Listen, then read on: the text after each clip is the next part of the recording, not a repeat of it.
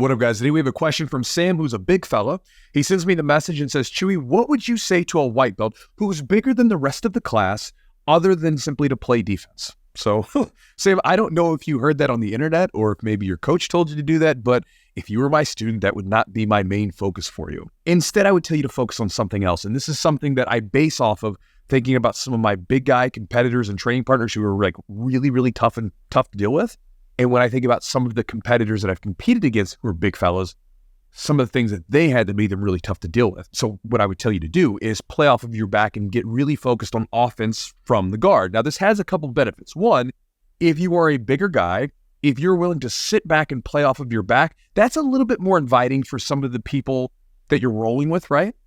Because some of the smaller guys, like when they look at a big guy, they just think, oh man, this guy's going to smash me.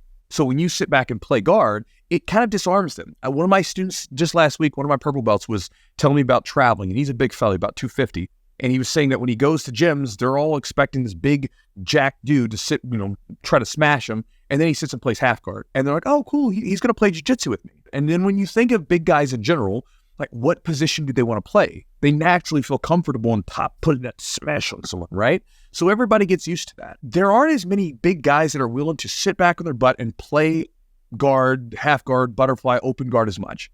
And so if you become bigger and you get really effective, you now have an advantage on people. They're not ready for it. Like I remember years ago, one of my white belts, big fella, he came in around 300 plus pounds. He lost 100 pounds and he was still like a big guy. He was still a heavyweight, so he's a big fella. We had like one of those before and after pictures where his old jeans were like out to here and he like lost the whole person.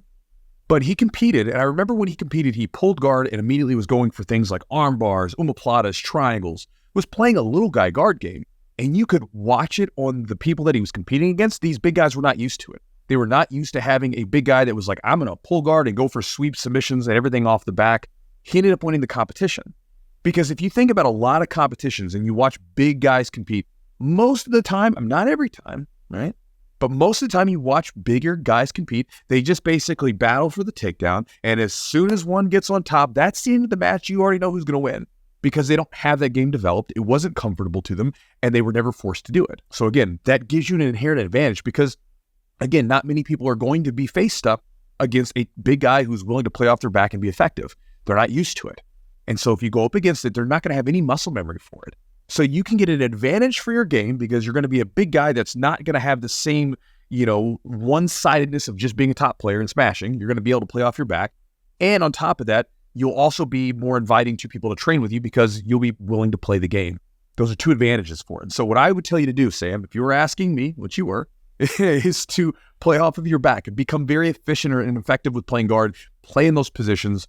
And again, I think that'll help you in the long run. And I think it'll also help your ability to train with people because again, if you're the biggest guy in class, sometimes you're probably going to find where the coach says, hey guys, grab a partner. And it's like you flip on the light with cockroaches scattering. I mean, people are just running away from you. And there might be some lone guy left who's like looking at you and he's like, all right, let's get this over with. Whereas if you're willing to play from your back, you'll probably find that more people are willing to roll with you because they know that, well, he might sweep me and get on top and smash me, but at least I have a chance to slow things down a bit.